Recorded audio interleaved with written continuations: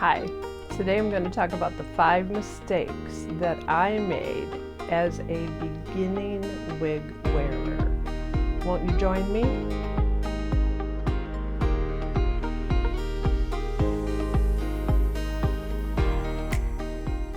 Hi, I'm Mimi with Mimi Wears Hair, and if Mimi can wear hair, you can wear hair too.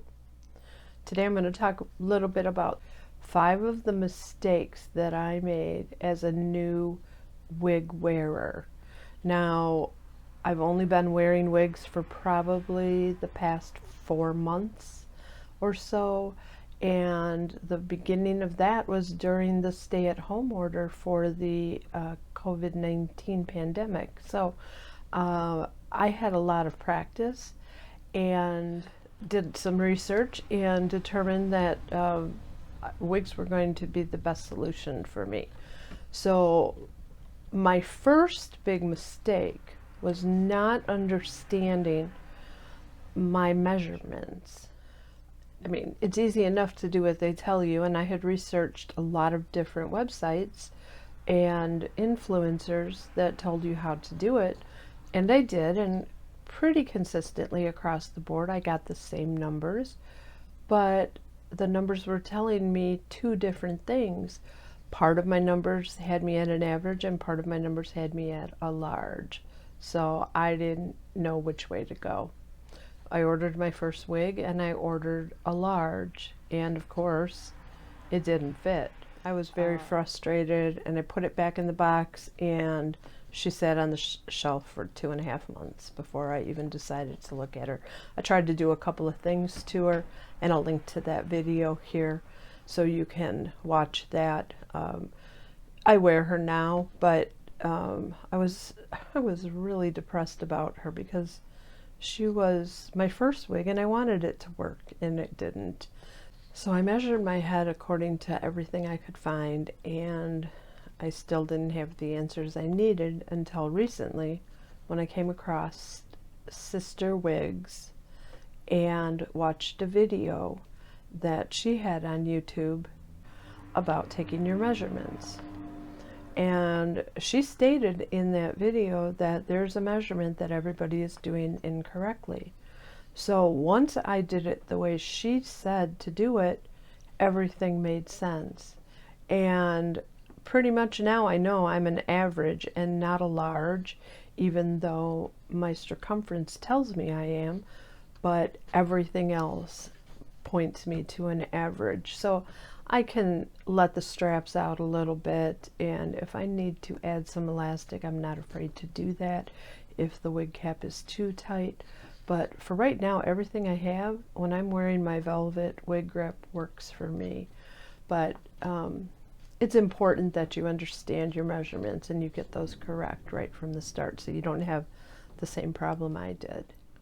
My number 2 mistake was doubting that I could even wear wigs. It's a big step to take to decide to do that.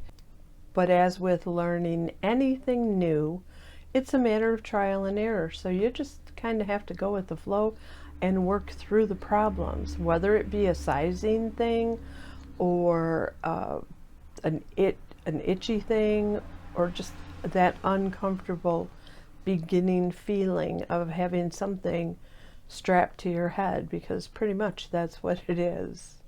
Don't give up. You're going to do some things wrong, but you're going to do a lot of things right, and you're going to find working through these issues will give you confidence and will embolden you to continue wearing them, I promise. My number 3 mistake was feeling like everybody was staring at me. And then I came to realize that they're probably just admiring the color or the style or the cut, and they weren't looking at me going, oh my goodness, she's wearing a wig. Look, everybody, look at her. There's no wig patrol out there searching for you to say that you are wearing a wig.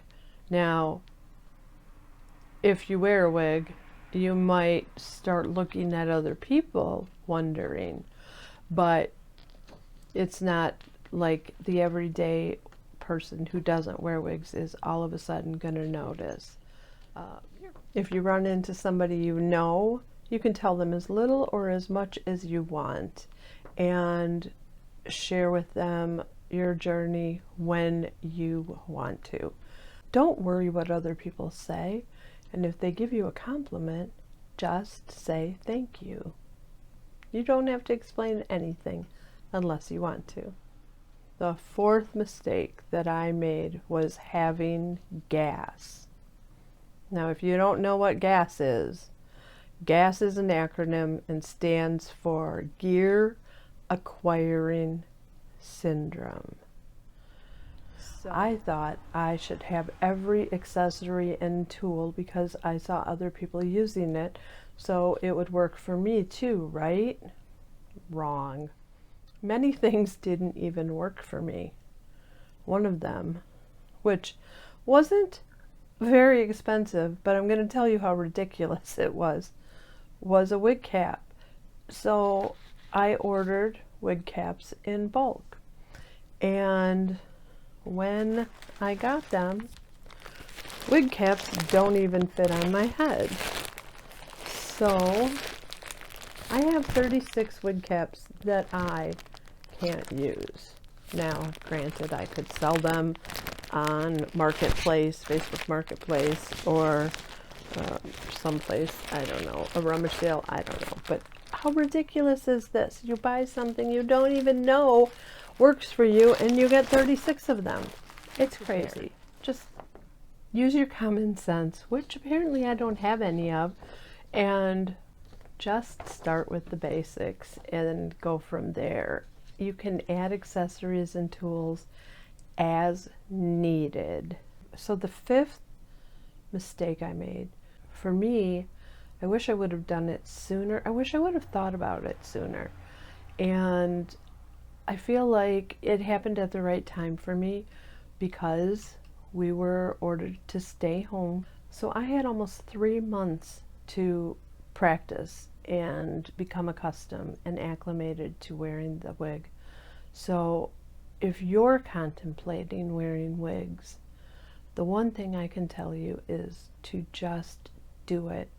Don't be afraid of what anybody's going to say, because in 3 months or so, you're going to be right where I am and say, why didn't I start doing this sooner? Thanks for watching. Please remember to subscribe to my channel and hit that notification bell so you can be reminded when I upload new content. Thanks for watching and have a great day.